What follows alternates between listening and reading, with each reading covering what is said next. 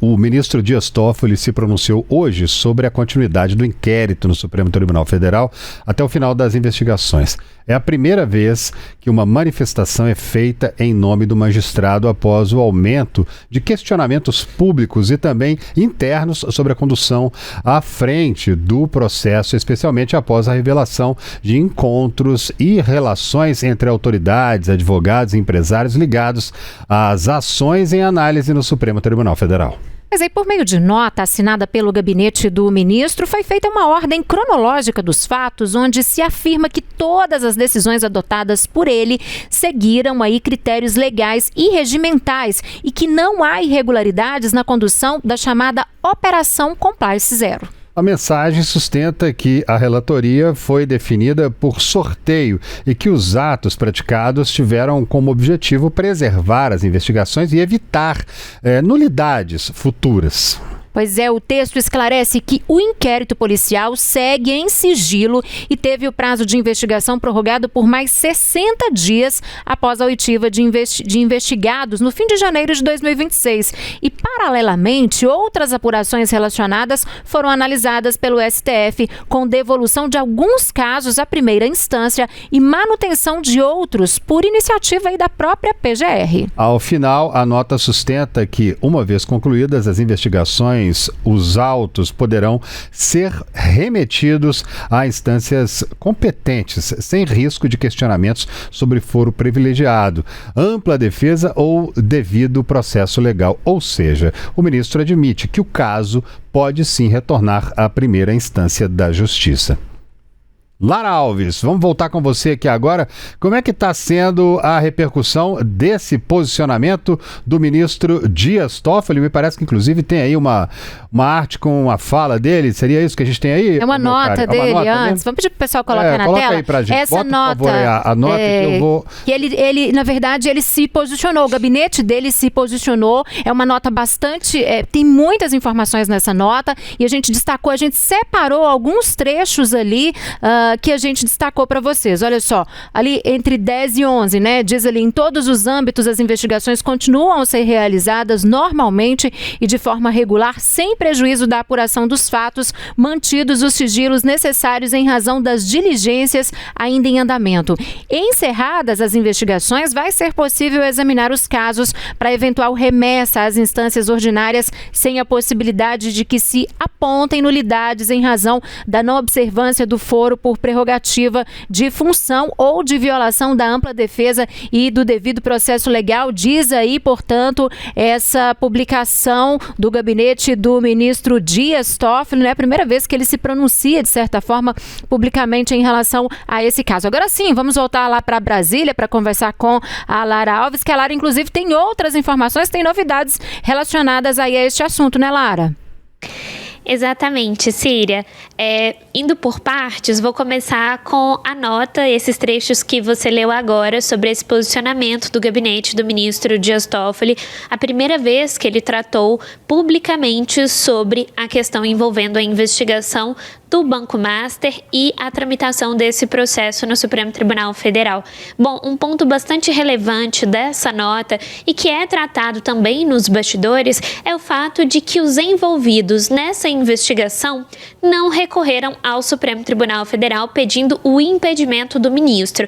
Isso significa que a defesa de Daniel Vorcaro e de outros investigados não pediram o impedimento do ministro e, portanto, aceitaram esse sorteio que foi feito pelo Supremo Tribunal Federal para que Dias Toffoli seja o relator deste inquérito no STF. Além disso, a Procuradoria-Geral da República também não pediu que ele fosse declarado impedido. Poderia ter ocorrido esse movimento a partir do Ministério Público Federal ou das defesas em direção ao presidente da Corte, o ministro Edson Fachin, para que afastasse, portanto, Dias Toffoli deste inquérito. Esse movimento não ocorreu. Inclusive, alguns parlamentares apresentaram representações na PGR pedindo o afastamento de Toffoli, entre eles um grupo ali de parlamentares do Partido Novo. E essas solicitações foram arquivadas pelo Procurador-Geral da República, Paulo Gonet. Então, essa manifestação de Dias Toffoli dizendo que, neste momento das investigações, o inquérito permanece com o Supremo Tribunal Federal, encontra respaldo direto na Procuradoria-Geral da República e também entre os envolvidos, as defesas ali que estão representando seus clientes no Supremo Tribunal Federal. Agora, sobre as novidades que você perguntou, teve um movimento bastante importante do ministro Dias Toffoli, agora logo no início aqui do Tempo News. Ele despachou levantando o sigilo das gravações dos depoimentos de Daniel Worcaro, Ailton de Aquino e do ex-presidente do BRB, o Banco de Brasília. O que significa esse movimento? Significa que Toffoli derrubou o sigilo dessas gravações, tornando públicas essas imagens.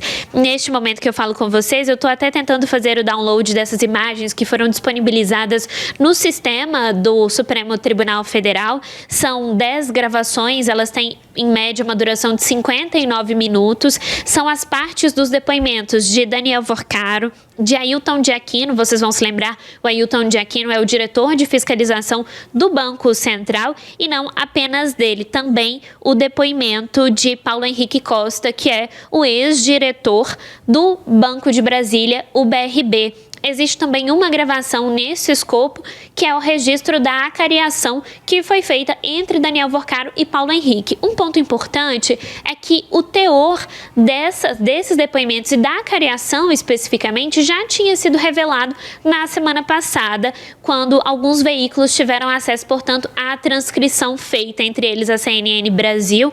O portal Tempo publicou também, a equipe aqui de O Tempo Brasília publicou alguns trechos dessa transcrição no portal na semana passada, detalhando alguns pontos que foram tratados por Daniel Worcaro e por Paulo Henrique Costa nesse depoimento à Polícia Federal e que aconteceu no final do ano passado no Supremo Tribunal Federal. Vocês vão se lembrar que existe, por exemplo, um trecho em que Daniel Worcaro admite ter tido encontros para tratar da questão do Master e da negociação com o BRB com o governador do Distrito Federal, Ibanez Rocha, do MDB. Então, ele admite esses encontros, diz que esse assunto foi, sim, tratado com Ibanez Rocha durante alguns encontros, algumas reuniões neste processo em que o BRB tentou adquirir títulos que se descobriram depois títulos falsos negociados pelo Banco Master. Então, a gente está tentando ter acesso à íntegra dessas audiências. Eu confesso para vocês que é um procedimento um pouco complicado, os arquivos são muito grandes, então é difícil fazer o download desses arquivos, mas a equipe de O Tempo Brasília já está empenhada em assistir a íntegra desses depoimentos, dessas audiências, para entender se houve algum ponto que não foi tratado. Uma nota importante de trazer para vocês é que no ano passado o ministro Dias Toffoli apresentou à delegada da Polícia Federal que conduz esse inquérito uma lista de perguntas. E essa delegada fez essa lista ipsis literis do jeito que o ministro queria que as perguntas fossem feitas durante o depoimento de Daniel Worcaro e também do investigado Paulo Henrique Costa. O ministro tinha antecipadamente dito que depois dos depoimentos, que na verdade antes até dos depoimentos, fosse feita uma acariação entre Daniel Worcaro, Ailton de Aquino, que é servidor de carreira do Banco Central, e Paulo Henrique Costa. Isso repercutiu muito mal, porque o Código de Processo Penal determina, na verdade, que essa acariação só poderia ocorrer se fossem detectadas irregularidades, divergências nos depoimentos. Como os depoimentos ainda não tinham acontecido, não havia razão para que a acariação fosse feita. Então, ele atende a essa reivindicação também da Polícia Federal e, portanto, os depoimentos acontecem antes da acariação. No momento da acariação, o diretor de fiscalização do Banco Central foi dispensado e ela aconteceu, de fato, só entre Daniel Worcaro e o Paulo Henrique Costa, ex-presidente do BRB. Tá certo, Lara, muito obrigada pela sua participação. E ainda neste assunto, o ex-presidente do BRB, o Banco Público do Distrito Federal, Paulo Henrique Costa, teria determinado a compra de carteiras para salvar o Banco Master. É o que apontam aí anotações na agenda, gente, da ex-diretora de controle e também riscos do BRB, a Luana de Andrade Ribeiro. Essa informação foi divulgada hoje pelo jornal Folha de São Paulo. Os registros foram encontrados pela Polícia Federal e mencionados a Paulo Henrique Costa no depoimento que ele prestou no dia 30 de dezembro, no âmbito da investigação que apura suspeitas de fraude ao sistema financeiro praticadas pelo banqueiro Daniel Vorcaro, dono do Master. Pois é, de acordo ainda com as anotações de Luana de Andrade, o ex-presidente do BRB teria apontado aí que as compras de carteiras do Master seria uma maneira de evitar que o banco quebrasse. Ao todo, o Banco de Brasília adquiriu 12,2 bilhões de reais em carteiras de crédito que teriam sido fraudadas. Paulo Henrique Costa argumenta que essa operação ocorreu em meio a uma substituição de ativos do Master. A defesa de Vorcaro afirma que as carteiras de crédito negociadas com o BRB foram efetivamente substituídas por outros ativos, todos regularmente registrados no balanço da instituição, auditados, aliás, e precificados de acordo com metodologias formais de classificação de riscos sob supervisão do Banco Central. Pois é, e a CPMI do INSS vai ouvir depoimento de Daniel Vorcaro, o dono do Banco Master. O depoimento está marcado para o dia 5 de fevereiro. A informação foi divulgada hoje pelo presidente da CPMI, o senador mineiro Carlos Viana, do Podemos. Ele fez um post, primeiramente, em uma rede social sobre este assunto. Vamos ver o que ele postou mais cedo. Olha só, ele disse que comunicamos ao Brasil que Daniel Vorcaro e Luiz Félix Cardamone e Neto foram convocados para comparecer nesta quinta, dia 5 de fevereiro, perante a CPMI do INSS. Em relação a Maurício Camisotti, a comissão atua para reverter o habeas corpus, que de forma provisória garante o não comparecimento à CPMI. A CPMI segue ali adotando todas as medidas legais cabíveis para assegurar que ninguém se esconda atrás de decisões provisórias e que os fatos sejam plenamente esclarecidos diante do povo brasileiro, diz ali o post de Carlos Viana. Além de Vorcaro, a comissão também deve ouvir Luiz Félix Cardamone Neto. Ele é ex-presidente do BMG. As presenças de Vorcaro e de Cardamone Neto são obrigatórias e os dois podem sofrer condução coercitiva se não comparecerem à audiência. Eles devem estar lá, para dar explicações sobre a suspeita de fraudes na oferta de concessão de crédito consignado para aposentados. Hoje, o senador Carlos Viana, inclusive, ele deu uma entrevista coletiva e falou sobre estes pontos. Nós convocamos o presidente do Banco Master, o senhor Daniel Vorcaro, que está sob medida restritiva. Estamos, portanto, oficiando hoje ainda o senhor Vorcaro e também o ministro Dias Toffoli, que é o responsável pelas medidas, para que ele libere a presença do banqueiro junto à CPMI.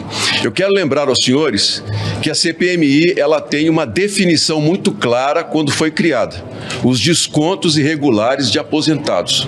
O que nos leva a trazer aqui o senhor Vorcaro são os 250 mil contratos de empréstimos consignados que o Banco Master tinha em carteira, foram suspensos pelo INSS por falta de comprovação de documentação que garantisse, de fato, a efetividade e a anuência dos aposentados. Ele terá de nos explicar, e é bom que ele comece a dar explicações ao povo brasileiro sobre como conseguiu esses contratos, de quem adquiriu e por que tantas pessoas que não tinham uma comprovação se realmente autorizaram ou não o desconto em folha dos aposentados. Como ele conseguiu manter esses descontos sem uma autorização formal das pessoas que estavam sendo descontadas e quais as medidas que ele tomou pelo banco para poder, diante das reclamações das pessoas, não cobrar mais, garantir o direito de quem não concordava com os empréstimos. Ele terá de nos dar as explicações sobre esses pontos, é o que a CPMI quer escutar e ter naturalmente para o relatório. O segundo convocado, que é o senhor Luiz Cardamone, do Banco BMG, que é um dos maiores e mais antigos bancos em uso de consignados no INSS. O advogado entrou em contato comigo, fez uma solicitação de que ele estará em viagem até o dia 21 de fevereiro, não impetrará habeas corpus, virá de boa vontade a CPMI, e nós estamos marcando, portanto, para o dia 25, se não me engano, uma segunda-feira, logo depois do Carnaval, está confirmada a presença dele. Pois é, Lara Alves, vou te chamar aqui para conversar com a gente sobre esse assunto aí. No caso, as defesas, elas ainda podem tentar um habeas corpus aí junto ao Supremo Tribunal Federal para evitar esses depoimentos ou não tem mais como, hein? Podem sim, Síria. Até aquele último momento de início da sessão, no dia 5 de fevereiro, as defesas podem sim impetrar, pedir ao Supremo Tribunal Federal a concessão desse habeas corpus para, primeiro, evitar a ida de seus defendidos na CPMI ou ainda evitar que eles sejam obrigados a falar e, portanto, que consigam permanecer em silêncio. Nesse caso, isso se aplica, como disse o senador Carlos Viana, presidente da comissão, ao Vorcaro. Isso porque o Cardamone, que é o ex-presidente do BMG, disse através de seu advogado que vai comparecer. Mas esse movimento de pedir ao Supremo Tribunal Federal um habeas corpus é esperado, sim, por parte da defesa de Daniel Vorcaro, para evitar que ele seja obrigado a comparecer, principalmente porque existe um risco muito grande. Nessa entrevista coletiva, que foi inclusive acompanhada em loco pelo Gabriel Ferreira Borges, repórter aqui de O Tempo Brasília, o senador Carlos Viana fala que o escopo da CPMI é justamente a fraude dos descontos irregulares nas pensões e aposentadorias pagos pelo INSS. O grande problema é que o presidente da comissão não vai conseguir controlar o que os parlamentares vão falar durante essa audiência. A gente precisa ter em mente que Daniel Vorcaro é o personagem do momento em Brasília. No ano passado ele já vinha aparecendo bastante, principalmente quando o Banco Central negou aquela proposta de aquisição do BRB do Banco Master pelo BRB. Então ele já estava bastante em voga.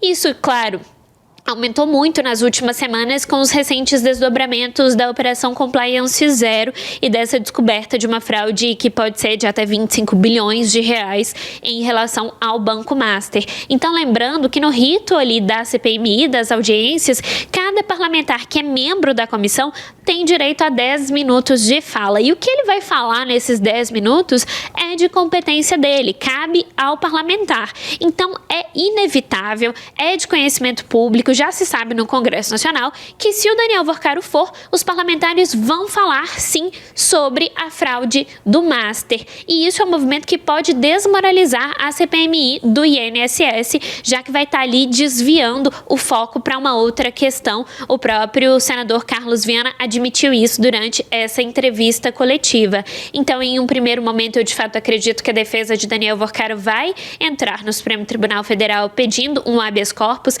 Pode ser sim que o Supremo conceda, há uma grande probabilidade, porque isso já aconteceu com outras figuras que foram convocadas para depor na Comissão Parlamentar Mista de Inquérito, e em um segundo momento, se ele conseguir o direito de ficar calado, é isso que deve de fato acontecer, e aí os parlamentares, enquanto ele está calado, vão ter seus 10 minutos para falar o que eles quiserem para o Daniel Vorcaro, tratando ou não do escopo da CPMI, que são os descontos irregulares do INSS.